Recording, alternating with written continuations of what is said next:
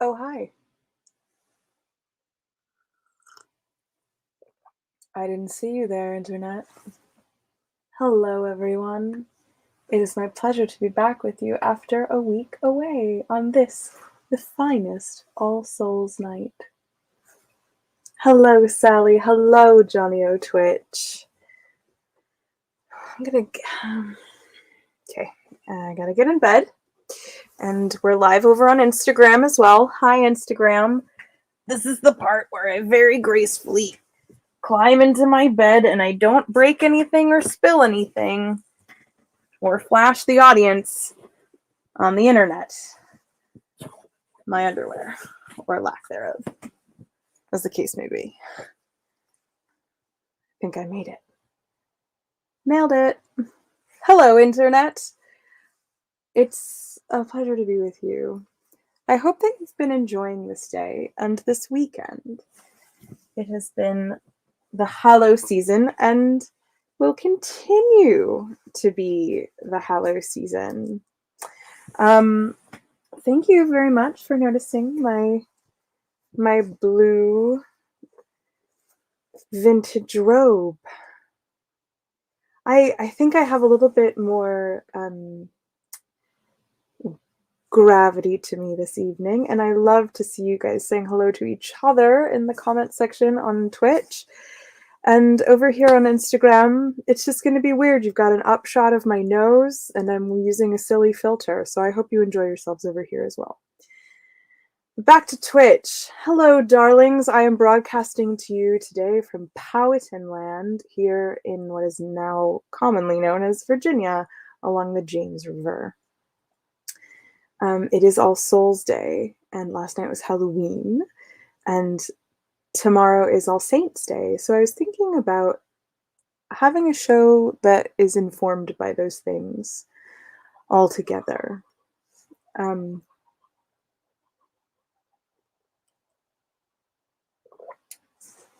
This is a strange thing to have to say, but I have to text my housemate because I just heard a chicken escape out in the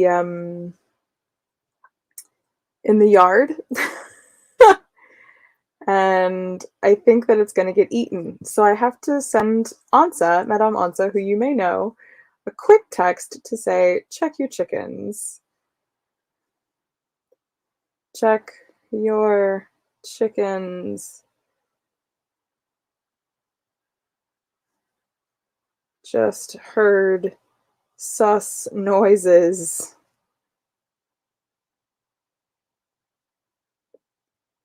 And that's about all I can do. It could be a raccoon. It could be a fox. I didn't hear a fox cry. But at the theme park where I'm currently working as a costumer, we have a raccoon situation. I don't want to call it a problem because they're adorable. But there is a raccoon living in one of the buildings, and it has babies. And we've named the mama raccoon Garbage because she eats all the garbage. And there's been a lot of Halloween candy and like snacks and things left around. And she's been getting into them and making a bit of a mess. And so have her tiny children, who are named Garbaggio and Garbagia. And they've caught some of them. But they're not afraid of humans and they love snacks. So it's been adorable, but also a bit of a trial. So here we are, darlings. You've climbed into bed with me. I've had a really exciting week, and I hope you have too. Please tell me what you've been doing. Did you dress up for Halloween? Have you been recognizing today with prayer and feasting in honor of your ancestors, and the dead in general? Have you been having hallucinogenic experiences? Have you started a shelter for wandering ponies? Like, please just tell me what you've been doing. I really want to know. And just drop it into the comments. So today is a day of remembrance. I am drinking a cup of mint tea, Moroccan mint tea, which is highly caffeinated. so I don't really need that. But I needed something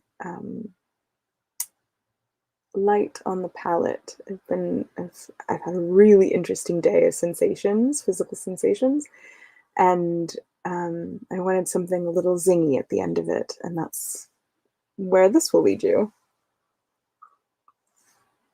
I hope you have something warm and delicious on your end.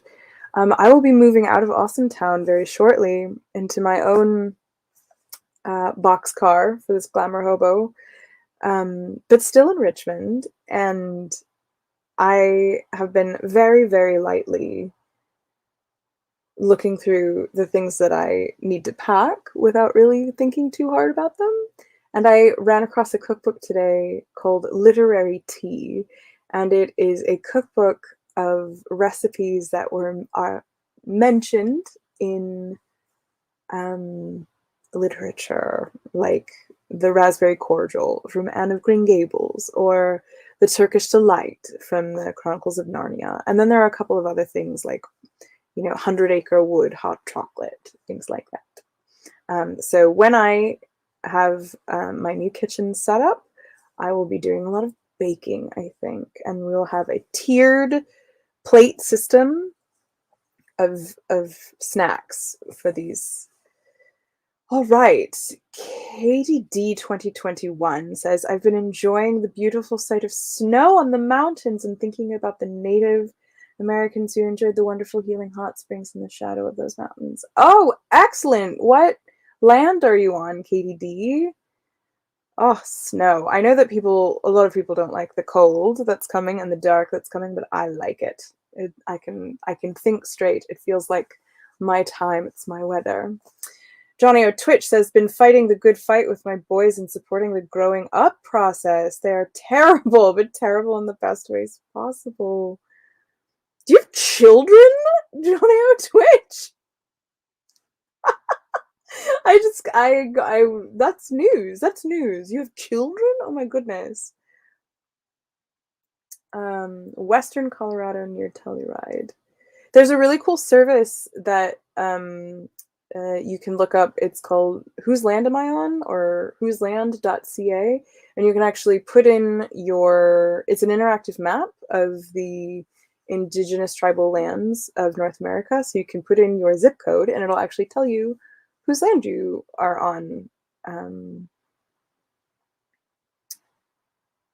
There's snow, there's frost, Hershey World, the Turkey Hill experience. Sally, you're going to have to tell us what the Turkey Hill experience is. I don't know. I'm imagining that it's a large hill covered with turkeys, and it's like a gauntlet where you have to run up it very quickly and not get pecked by any turkeys. I was once married to a journalist, and they were obliged every Thanksgiving morning, every year, to go out on a turkey hunt. And I will never forget this piece of wisdom that was once shared with them about the difference between hunting a deer and hunting turkey. And turkey are notoriously difficult to hunt. They're very, very skittish. And so the hunter said to them, you see, to a deer, every man is a stump, but to a turkey, every stump is a man. Apparently, that is how skittish they are. It is named after the hill, but you make your own ice cream. Well, that sounds exciting. I hope they don't charge you for making your own ice cream. It feels like if you are doing the labor, you should not have to pay for the ice cream.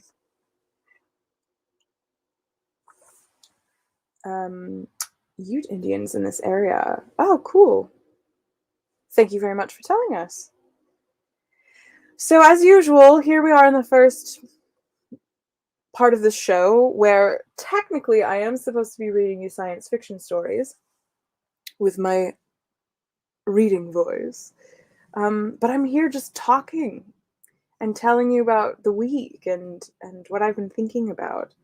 And since it is the Hallow season, I was thinking I might tell you about my dad, who passed when I was 9.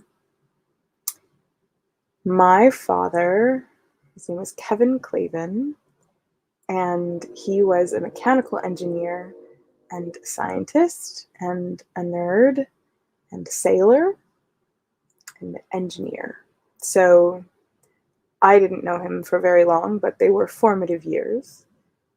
And he was very gentle, soft-spoken. He had salt and pepper hair, um, very, very thick. I know where I got mine. And blue eyes. My eyes are his eyes in our family.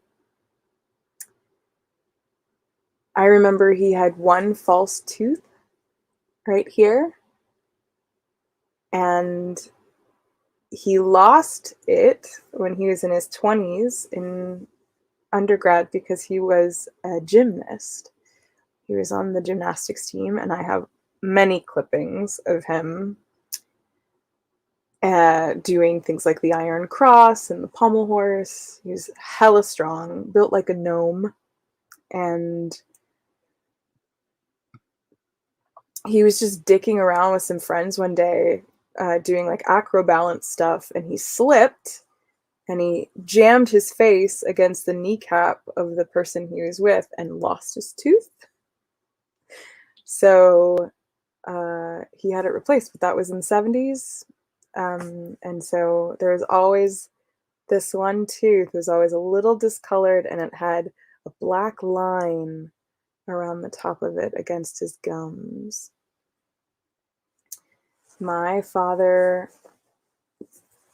would listen to NPR on the hi-fi that we had in the kitchen in the house I grew up in, and classical music always.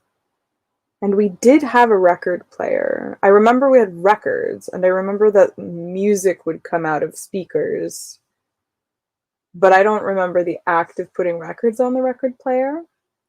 But he would play the Superman soundtrack, the Christopher Reeve movie Superman, and the Star Wars soundtrack when he would clean the house with my brother when my brother was little. And he would garden.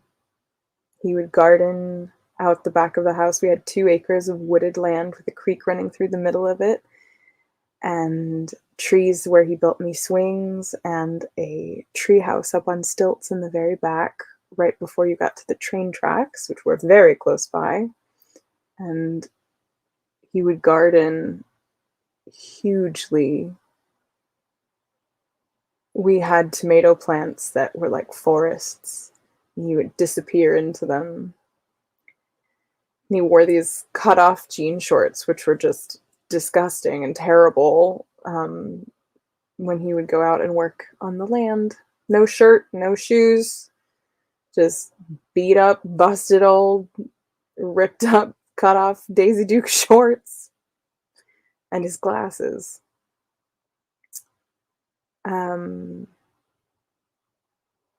And I remember when I was little, we had the herb garden was really more of my mom's little garden, but you didn't really have to do anything to it because it's herbs.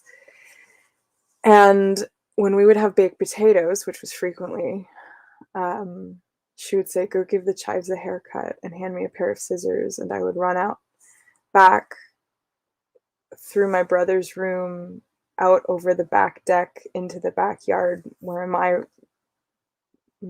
bedroom also overlooked. And I would take the scissors and I would just snip, snip, snip, snip the very top of the chives and bring them back in just enough for a couple of potatoes worth. My father loved Star Trek, and I grew to love Star Trek because of him. He introduced me to The Next Generation when I was very young, and we watched it on Wednesday nights at 9 p.m. He taught me about constellations, which I don't remember, and I regret that continuously, that I do not remember about the constellations except for Orion and the Big Dipper and the Little Dipper. But I constantly relearn about the stars. When I was little, I wanted to be an astronaut. I wanted to go into the sciences. I wanted to be Indiana Jones as well, let's be honest. The whip, the hat, the adventure. But I was bad at math, and my dad would help me with my math homework. And I wonder if he had lived past when I was 9, if I would have stayed in the science track, if I would have become a scientist or an astronaut instead of doubling down on the arts.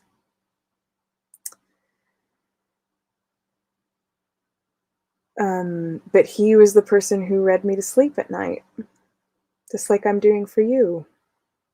He would climb into bed with me with one of those big Disney books about the Little Mermaid or Beauty and the Beast or another story, but it was usually one of those. And he would read them to me, and he would do all the voices. And he had this ability to sing the Little Mermaid song as if he were gargling water without actually gargling water. And because he was a scientist, I guess it was something to the degree of, well, if they're underwater, then they would really sound like this. It made me laugh every time.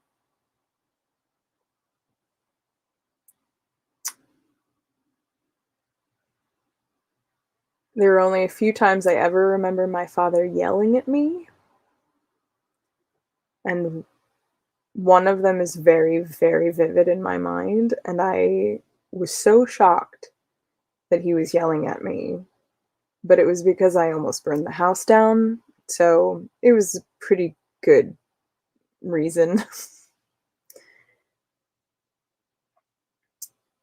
And I know that everyone has a different version of their parents in their mind, especially when they lose them earlier in their lives. I know that a lot of my memory of my dad is colored by my mother's memory of my dad, and that he didn't live long enough to lose the war. He was martyred as the good parent. He wasn't around long enough for me to resent him or to be bitter. I'm sorry, Mom, you're going to carry that one.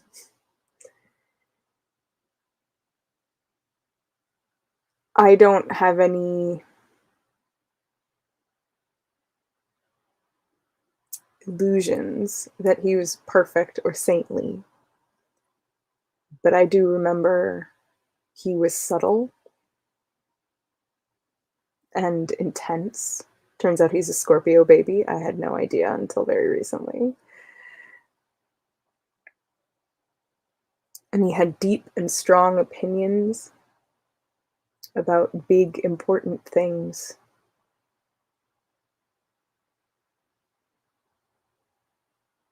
So I think I get it honest. Since it is still All Souls night, if you have anybody that you want to remember or call out their name, please drop it in the chat.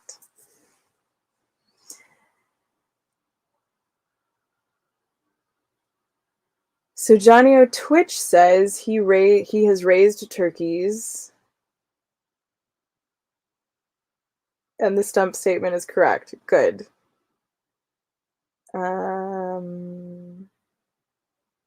Sally's coming to us from Lenape and Powhatan land. Hello.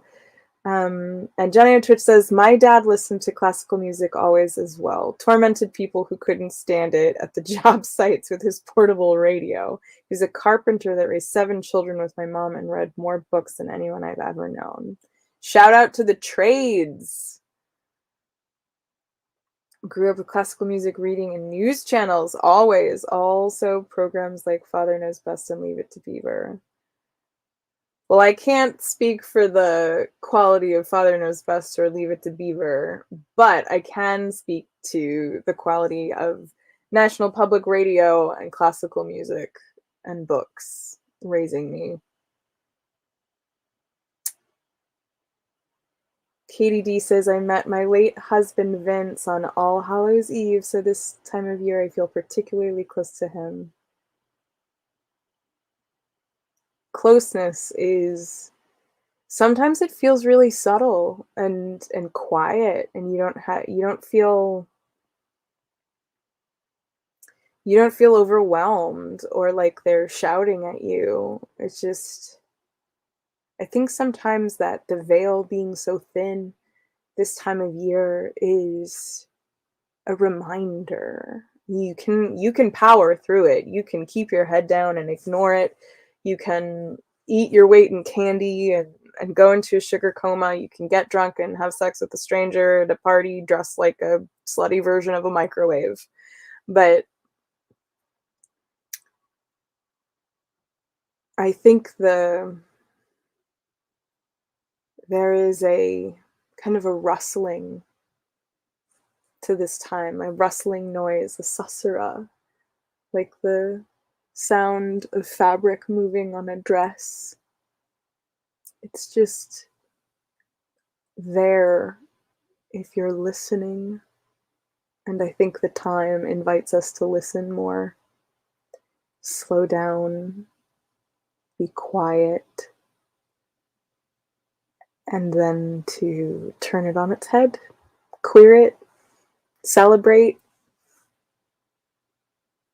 Once you realize that all of your guests are at your party, it's a much more merry party. The more the merrier. So I was thinking two things tonight for the reading.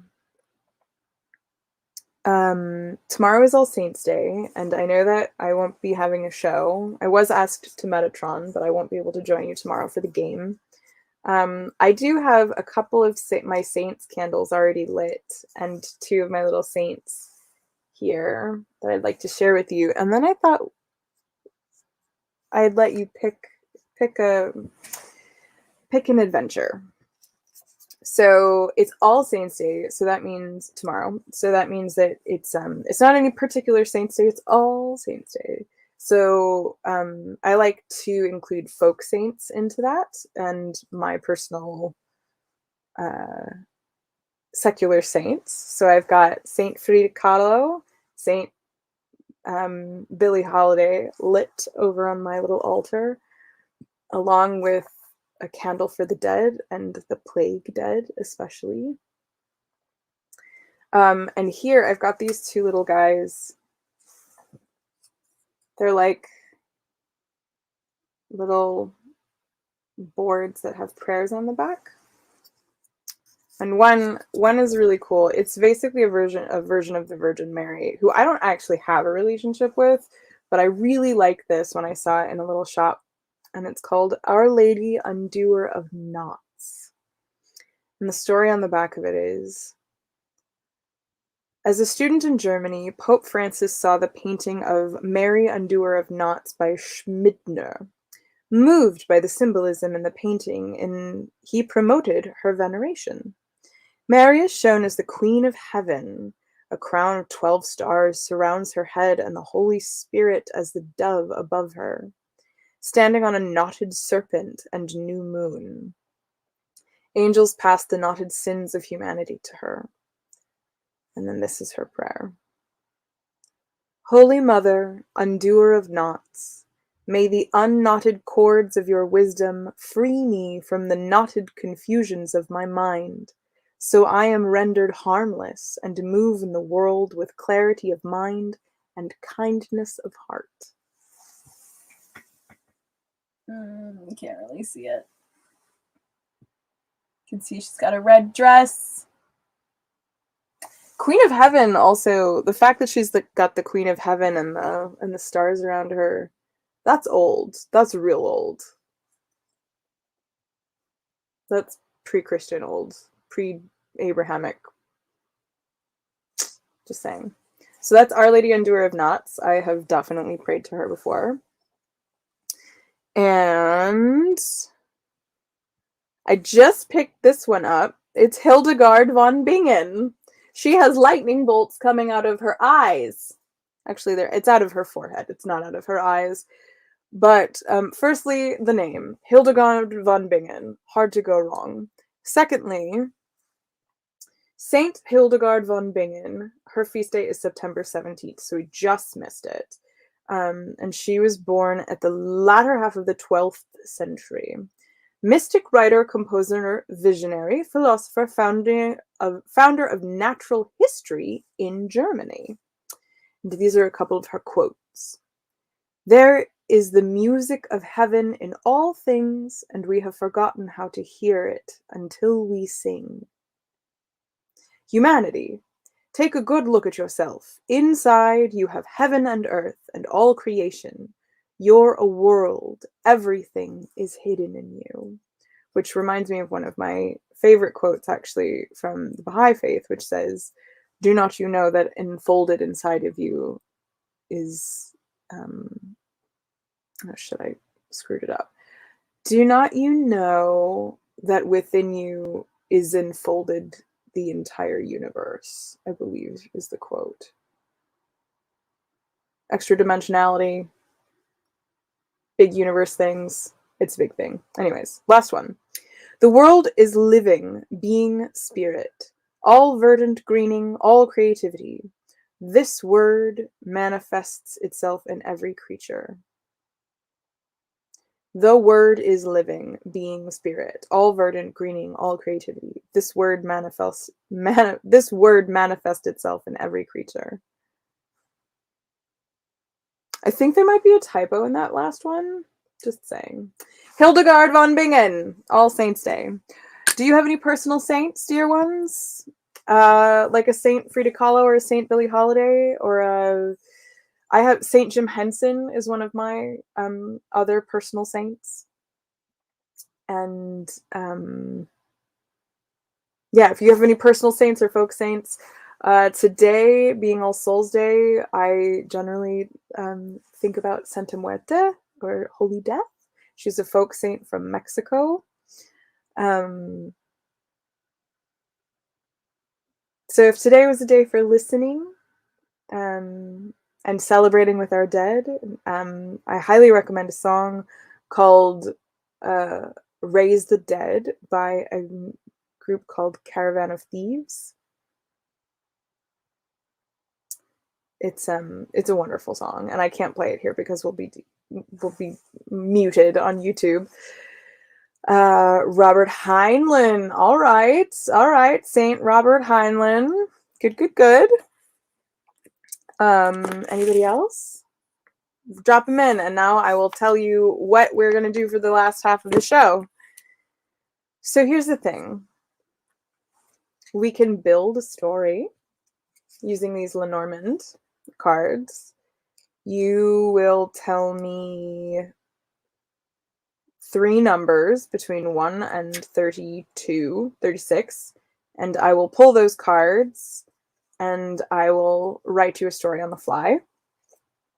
Or we can read from the Arabian Nights.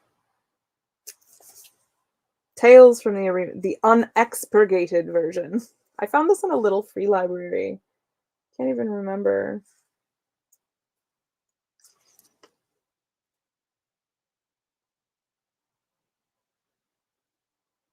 So we'll pick one of these, like The Tale of the Fisherman and the Genie, or The Man Who Stole a Dish of Gold Wherein the Dog Ate, The Ruined Man Who Became Rich Again Through a Dream. Oh, this is so fragile. Sinbad the Seaman and Sinbad the Landsman. The Lady and Her 5 Suitors. We could just,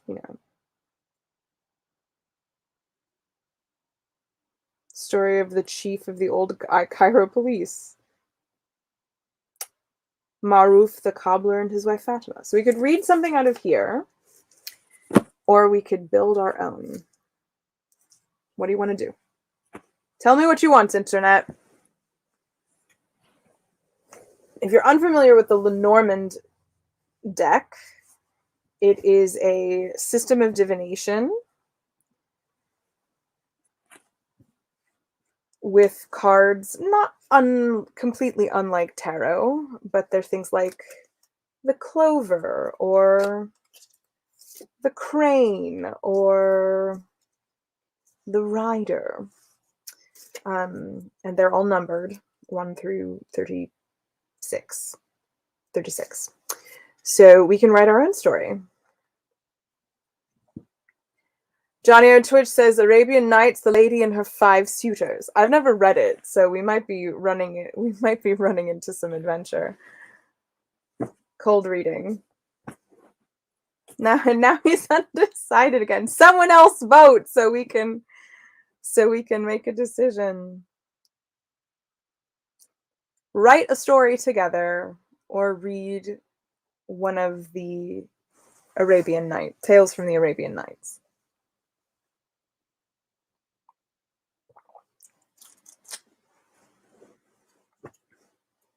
We have 25 minutes-ish.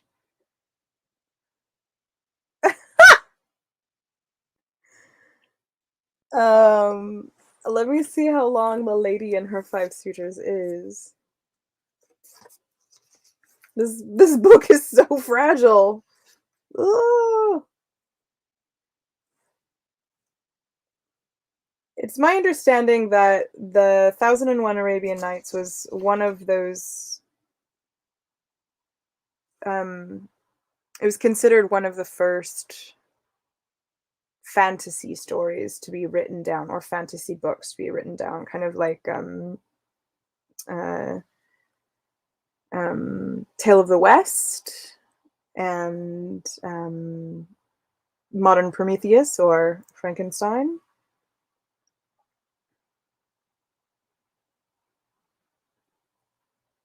Katie D says, write a story together using creativity you got from your dad. Well, thank you very much. I think that's it. I think we've got the vote.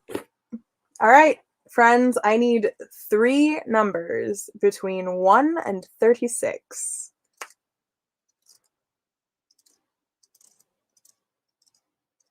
And if we have any time after I do this, then I'll read one out of the Arabian Nights. How about that? 7.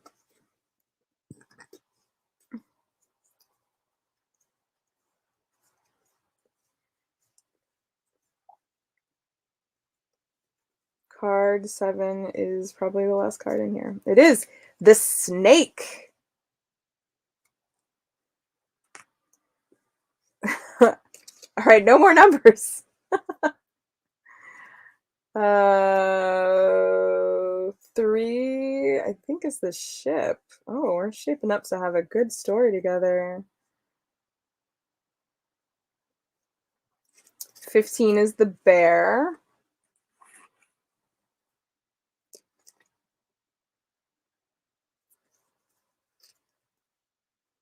10 is the coffin. Oh no, it's the scythe,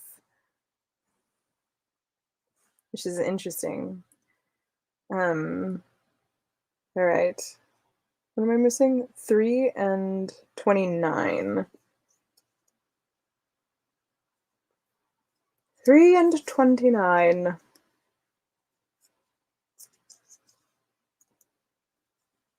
They're not in order.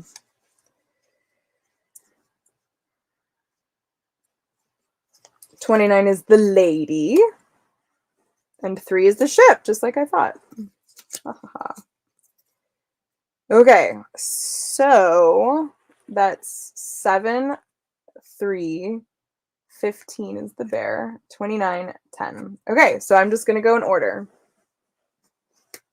5 cards. Okay.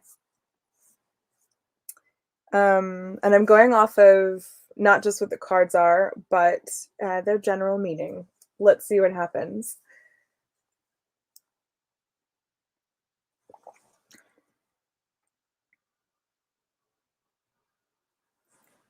Long, long, long ago.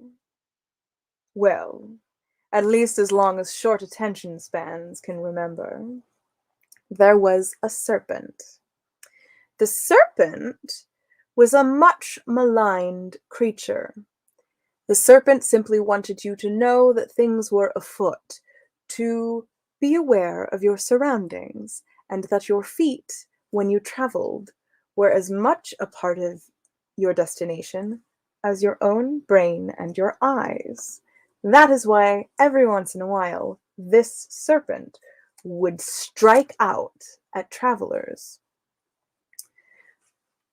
However, once upon a time, this snake found itself on a journey. It was caught by a young child and put into a box and carried far away as a pet of exotic provenance. And it was put on this ship and brought to a completely new world. It had never seen a place like this. It didn't know where it was going. Its equilibrium was completely thrown off, and it didn't know what to do. Where this ship landed with the boy holding the snake captive was cold. It was rugged. It had snow on the mountain peaks. There was a chill in the air that the snake had never experienced before, and all of its wisdom shrank back into its many, many bones and kept quiet. But the serpent longed to escape its captivity, go out into this new land, and learn all about its roads and its creatures of wisdom. One night, while the child was asleep and holding on tightly to a stuffed bear in its crib, the serpent found that the lock on its cage had not been very seriously closed, and so, with a lot of persistence, it found that it could nudge its captivity open. It slithered through the house silently. It climbed out of a window, hopefully. The cold air of the night was anathema to the serpent, who was used to warm climates and many, many trees. But here was a grassland. No trees around, nowhere to hide. So he had to keep slithering out on its belly, as silent and free. Eventually, he did find an outcropping of stone, and in a cave, he came across one of those wise animals, the bear. The bear was enormous, huge, but starving. It was at the end of its hibernation. It was time for it to go and seek food, sustenance. And there was this noodle delivering itself to the bear in its home, as if takeout had been ordered.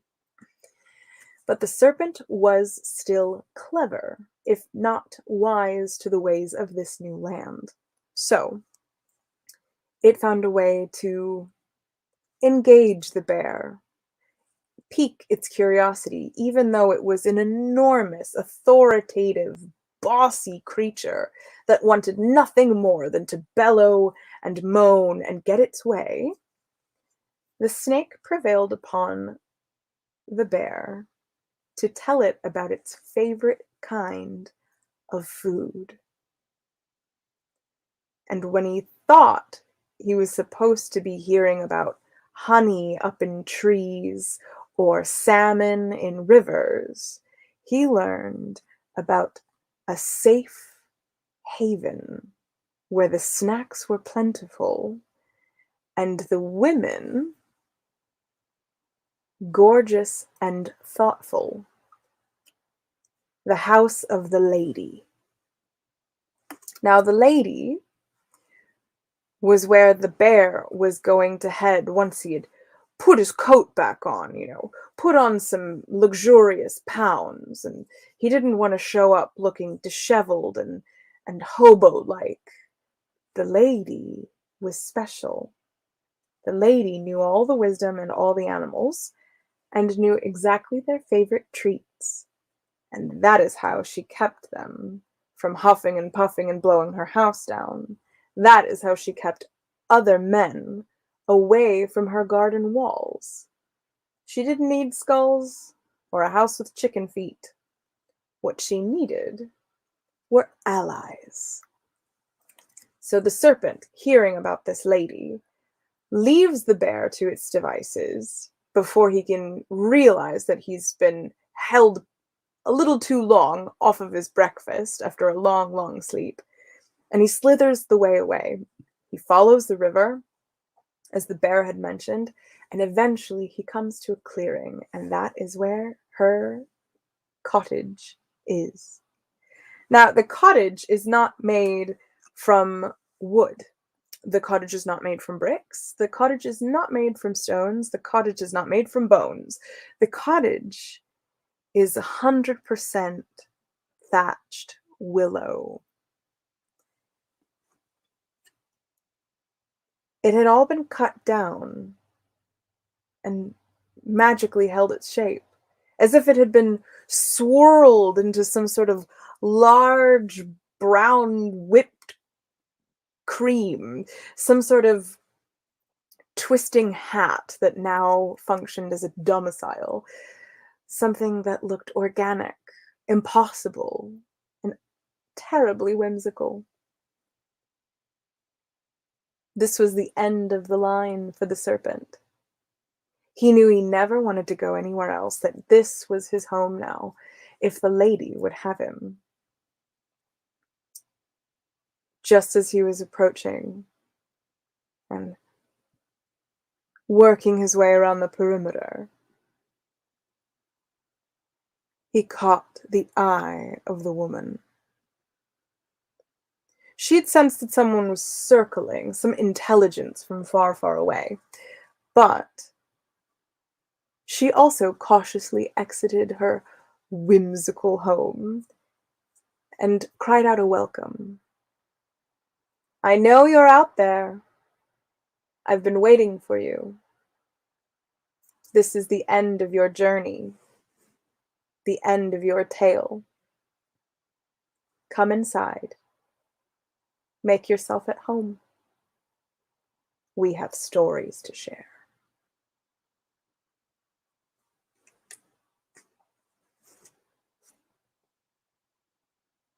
Ta-da! Serpent, for warnings, wisdom, and keeping track of your legs, feet, and tubes. The ship, for travel and movement. The bear, for authority figures and grumpy old ladies. The lady, representing a lady. And the scythe, representing the end of something, a sudden cutting down or a harvest moment, a celebratory fruition. That's all the cards.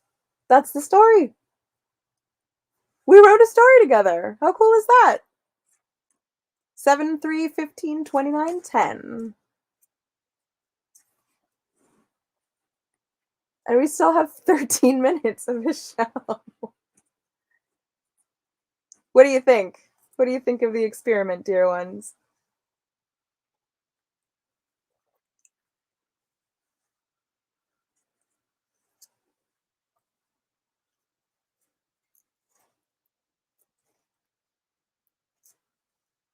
Maybe we'll do it every week.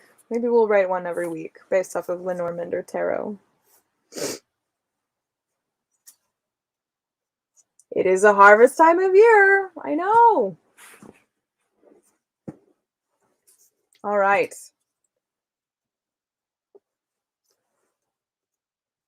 Thank you, Sally. All right, the lady and her 5 suitors out of Tales from the Arabian Nights. Let's 1, 2, 3. I think we can get through it. So it's my understanding that because one of my tarot guided tour of your head stories, tarot guided top of your head stories. Hi, Dovarshu.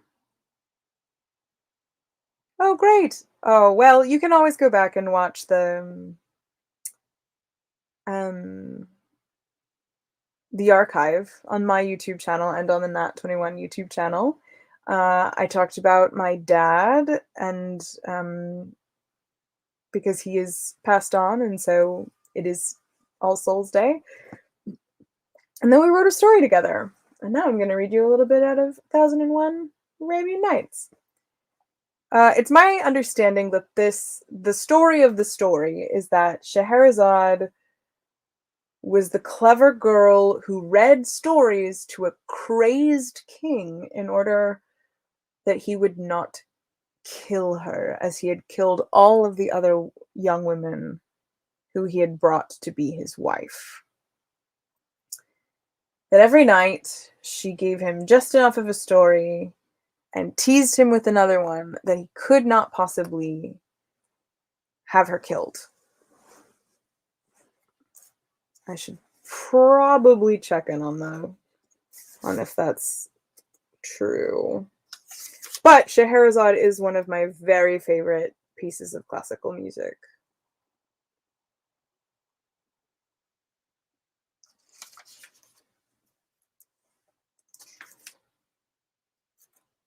Here's an introduction.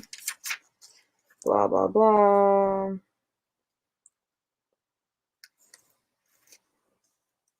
And then there's an invocation to Allah.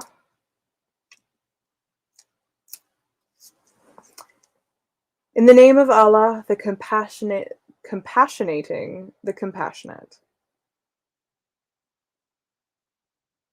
Praise be to Allah, the beneficent King, the creator of the universe, Lord of the 3 worlds, who set up the firmament without pillars in its stead, and who stretched out the earth even as a bed, and grace and prayer, blessing be upon our Lord Muhammad, Lord of apostolic men, and upon his family and companion train.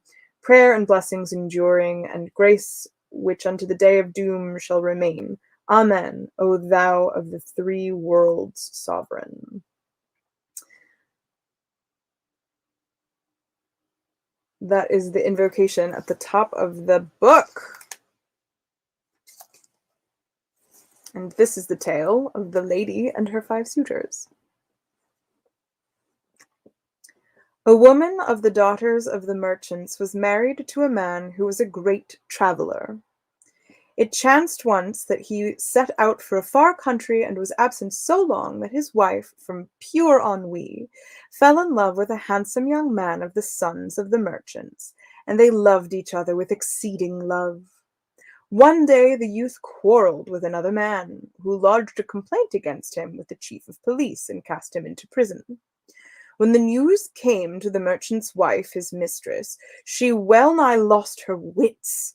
Then she arose, and donning her richest clothes, repaired to the house of the chief of police. She saluted him, and presented a written petition to this purport. He thou hast clapped in jail is my brother, such and such, who fell out with such a one, and those who testified against him bore false witness. He hath been wrongfully imprisoned, and I have none other to come in to me nor provide for my support. Therefore I beseech thee by thy grace to release him. Classic bait and switch. When the magistrate had read the paper, he cast his eyes on her and fell in love with her forthright. So he said to her, Go into the house till I bring him before me. Then I will send for thee, and thou shalt take him. O my lord, replied she, I have none to protect me save Almighty Allah. I am a stranger and may not enter any man's abode. Quoth the Wali, I will not let him go, except thou come to my house, and I take my will of thee. This sounds great. This is a great story. Rejoined she, if it must be so, thou must needs come to my lodging and sit and sleep the siesta and rest the whole day there. And where is thy abode? Asked he, and she answered, in such a place, and appointed him for such a time. Then she went out from him, leaving his heart taken with love for her, and she repaired to the Kazi of the city, to whom she said, O our Lord Kazi! He exclaimed, Yes! And she continued, Look into my case, and thy reward be with Allah the Most High. Quoth he, Who hath wronged thee? And quoth she, O my Lord, I have a brother, and I have none but that one, and it is on his account that I come to thee, because the Wali hath imprisoned him for a criminal, and men have borne false witness against him that he is the wrongdoer, and I beseech thee to intercede for him with the chief of police. When the Kazi looked at her, he fell in love with her forthright, and said to her, Enter the house and rest a while with my handmaidens, while I send to the Wali to release thy brother. If I knew the money fine which is upon him, I would pay it out of my own purse, so I may have my desire of thee, for thou pleasest me with thy sweet speech. Quoth she, If thou, O my lord, do thus, we must not blame others. Quoth he, And thou wilt not come in, wend thy ways. Then said she, And thou wilt have it so, O our lord. It will be privier and better in my place than in thine, and for here are slave girls and eunuchs and goers in and comers out, and indeed I am a woman who wotteth not of this fashion, but need compelleth. Asked the Kazi, And where is thy house? And she answered, Such a place, and appointed him for the same time of day as the chief of police. Then she went out from him to the vizier, to whom she preferred her petition for the release of the prison of her brother, who was absolutely necessary to her, but he also required her of himself, saying, Suffer me to have my will of thee, and I will set thy brother free. Quoth she, And thou wilt have it so, but in my house, for there it will be a privier both for me and thee. It is not far distant, and thou knowest that which behoveth us women of cleanliness and adornment. Asked he, Where is thy house? In such a place, answered she, and appointed him for the same time as the two others. Then she went out from him to the king of the city, and told him her story, and sought of him her brother's release. Who imprisoned him? Inquired he, and she replied, 'Twas thy chief of police. When the king heard her speech, it transpired his heart with the arrows of love, and he bade her enter the palace with him, that he might send the Kazi and release her brother. Quoth she, O king, this thing is easy to thee, whether I will or nill, and if the king will indeed have this of me, it is of my good fortune, but if he is to come to my house, he will do me more honor by setting step therein. Quoth the king, We will not cross thee in this. So she appointed him for the same time as the three others, and told him where her house was. Then she left, and betaking herself to a man which was a carpenter, said to him, I would have thee make me a cabinet with 4 compartments, one above the other, each with its doors for locking up. Let me know thy hire, and I will give it to thee. Replied he, My price will be 4 dinars, but, O noble lady and well protected, if thou wilt vouchsafe me thy favours, I will ask nothing of thee. Rejoined she, And there be no help but that thou have it so. Then make thou 5 compartments with their padlocks. And she appointed him to bring it exactly on the day required. Said he, It is well, sit down. O my lady, I will make it for thee forthright, and after I will come to thee at my leisure. So she sat down by him, whilst he fell to work in the cabinet, and when he had made an end of it, she chose to see it, and at once carried home, and set it up in her sitting chamber. Then she took 4 gowns and carried them to the dyer, who dyed them each a different color, after which she applied herself to making ready meat and drink and fruits and flowers and perfumes. Now, when the appointed trysting day came, she donned her costliest dress, and adorned herself and scented herself, then spread the sitting room with various kinds of rich carpets, and sat down to await who should come. And behold! The Kazi was the first to appear, devancing the rest, and when she saw him, she rose to her feet and kissed the ground before him. Then, taking him by the hand, made him sit down by her on the couch, and lay with him, and fell to jesting and toying with him. By and by, he would have her do his desire, but she said, "Oh, my lord, doff thy clothes and turban, and assume this yellow cassock and this handkerchief, whilst I bring thee meat and drink, and after that shalt win thy will." So saying, she took his clothes and turban, and clad him in the cassock and the kerchief. But hardly had she done this, when lo! There came a knocking at the door. As to who is that rapping at the door? And she answered, "My husband." Quoth the Kazi, "What is to be done, and where shall I go?" Quoth she, "Fear nothing, I will hide thee in this cabinet." And he said, "Do as seemeth good to thee." So she took him by the hand, and pushing him into the lowest compartment, locked the door upon him. Then she went to the house door, where she found the Wali. So she kissed the ground before him, and taking his hand, brought him into the saloon, and where she made him sit down, and said to him, "O my lord, this house is thy house. This place is thy place, and I am thy handmaid. Thou shalt pass all day with me. Wherefore do thou doff thy clothes and don this red gown? For it is a sleeping gown." So she took away his clothes, and made him assume the red gown, and set on his head an old patched rag she had by her. After which she sat by him on the divan, and sported with him, while he toyed with her a little, till he put out his hand to her. Whereupon she said, "O our lord, this day is thy day, and none shall share in it with thee but first, of thy favour and benevolence. Write me an order for my brother's release from jail, that my heart may be at ease." Quoth he, "Hearkening and obedience on my head and eyes be it." And he wrote the letter to his treasurer, saying, "As soon as this communication shall reach thee, do thou set such a one free, without stay or delay, neither answer nor bearer of word."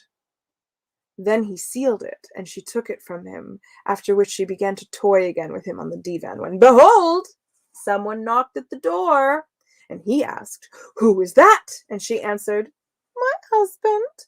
And he said, "What shall I do?" And she said, "Enter this cabinet, till I send him away and return to thee." So she clapped him on the second compartment from the bottom, and padlocked the door on him, and meanwhile the Kazi heard all they said. Then she went to the door, and opened it, whereupon, lo, the vizier entered. She kissed the ground before him, and received him in all the honour and worship, saying, "O my lord, thou exaltest us by coming to our house. Allah never deprive us of the light of thy countenance." Then she seated him on the divan, and said to him, "O my lord, doff thy heavy dress and turban, and don these lighter vestments." So she put off his clothes and turban, and she clad him in a blue cassock and a tall red bonnet, and she clad "Erst thy garb was that of the wazirate, so leave it to its own time, and don this light gown, which is better fitted for carousing and making merry, and sleep." Thereupon she began to play with him, and he with her, and she would have done his desire, and he would have done his desire of her, but she put him off, saying, "O my lord, this shall not fail us." As they were talking, there came a knocking at the door, and the vizier asked her, "Who is that?" And she answered, "My husband." Quoth he, "What is to be done?" Quoth she, "Enter this cabinet till I get rid of him, and come back to thee, and fear thou nothing." So she put him in the third compartment and locked the door on him, after which she went out and opened the house door, when lo and behold, in came the king. As soon as she saw him and kissed the ground before him, and taking him by the hand, led him into the saloon and seated him on the divan. Then she said to him, Verily, O king, thou dost us high honor, and if we brought thee to gift the world and all that therein is, it would not be worth a single one of thy step. And when he had taken his seat upon the divan, she said, Give me leave to speak one word. Say what thou wilt, answered he, and she said, O my lord, take thine ease, and doff thy dress and turband. Now his clothes were worth 1,000 dinars, and when he put them off, she clad him in a patched gown, worth at the very most 10 dinars, and fell to talking and jesting with him, all the while the folk in the cabinet hearing everything that passed, but not daring to say a word. Presently the king put his hand on her neck and sought to do his desire of her, when she said, This thing shall not fail us, but I had first promised myself to entertain thee in the sitting chamber, and I have that which shall content thee. Now, as they were speaking, someone knocked at the door, and he asked her, Who is this? My husband, answered she, and he said, Make him go away of his own good will, or I will fare forth to him and send him away perforce. Replied she, Nay, O my lord, have patience till I send him away by my skillful contrivance. And I, how shall I do? Inquired the king. Whereupon she took him by the hand, and making him enter the fourth compartment of the cabinet, locked it upon him. Then she went out and opened the house door, and then behold, the carpenter entered and saluted her. Quoth she, What manner of thing is this cabinet thou hast made me? What aileth, though, my lady? Asked he. She answered, The top compartment is too strait. Rejoined he, Not so. And she said, Go in thyself and see. It is not wide enough for thee. It is wide enough for 4. And entered the fifth compartment, whereupon she locked the door on him. Then she took the letter of the chief of police and carried it to the treasurer, who, having read and understood it, kissed it, and delivered her lover to her. She told him all she had done, and he said, How shall we act now? She answered, We will remove hence to another city. Far after this work there is no tarrying for us here. So the twain packed up what goods they had, and loading them on camels, set out forthright for another city. Meanwhile, the 5 abode each in his compartment of the cabinet without eating or drinking 3 whole days, during which time they held their water, until at last the carpenter could retain his no longer. So he staled on the king's head, and the king urined on the vizier's head, and the vizier piddled on the wali, and the wali pissed on the head of the qazi, whereupon the judge cried out and said, What nastiness is this? Doth not what strait we are in suffice us, but you must make water upon us? The chief of police recognized the qazi's voice and answered, saying aloud, Allah increase thy reward, O qazi. And when the qazi heard him, he knew him for the wali, and then the chief of police lifted up his voice and said, What means this nastiness? And the wazir answered, saying, Allah increase thy reward, O wali, whereupon he knew it to be the minister. When the vizier lifted up his voice and said, What means this nastiness? But then the king heard and recognized his minister's voice. He held his peace and concealed his affair. Then said the vizier, May God damn this woman for her dealing with us. She hath brought hither all the chief officers of the state except the king. Quoth the king, Hold your peace, for I was the first to fall into the toils of this lewd strumpet. Whereat cried the carpenter, And I, what have I done? I made her a cabinet for 4 gold pieces, and when I came to seek my hire, she tricked me into entering this compartment and locked the door on me. and they fell to talking with one another, diverting the king and doing away with his chagrin. Presently the neighbors came upon the house, and seeing it deserted, said to one another, "But yesterday our neighbor, the wife of such an one, was in it. But now no sound is to be heard therein, nor soul to be seen. Let us break open the doors and see how the case stands. Lest it come to the ears of the volley of the king, and we be cast into prison and regret not doing this thing before." So they broke open the ankles. Wait, what? That's not right. So they broke open the doors and entered the saloon, where they saw a large wooden cabinet and heard men within groaning from hunger and thirst. Then said one of them, "Is there a genie in this cabinet?" And his fellow, "Let's heap fuel about it and burn it with fire." When the Kazi heard this, he bawled out to them, "Do not, do it not!" And they said to one another, "Verily, the jinn make believe to be mortals and speak with men's voices."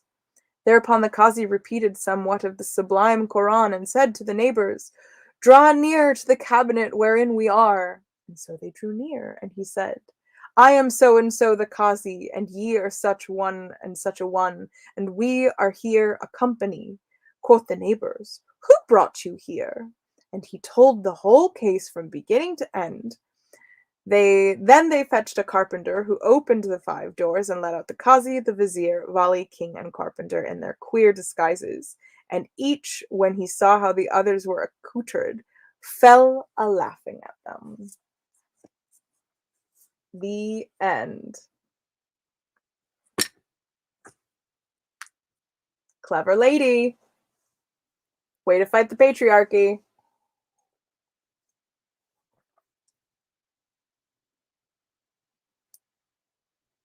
Well, darlings, it's now 11:10. It has been my pleasure and my privilege to be here with you tonight on All Souls Day. I hope that your Hallow season has been reflective, adventurous, delightful, and full of exactly the things that you want it to be full of. I hope that you got to take off your mundane costumes and be who you really were for at least a day.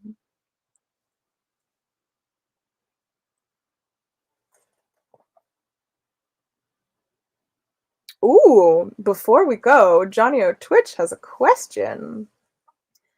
I have a question for everyone. What do you love most about yourself?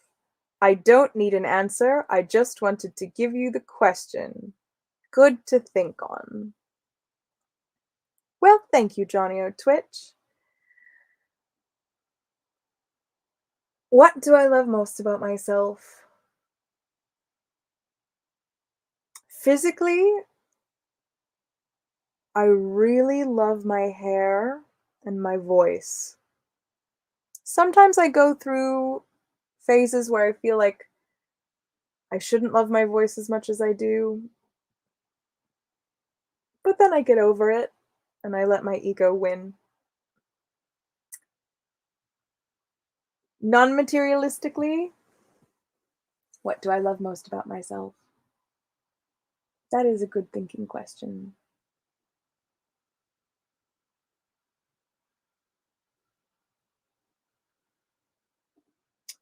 But I think my answer for you tonight is that my willingness for adventure is not paid for by the suffering of others. My delight and the delight of the experiences I love most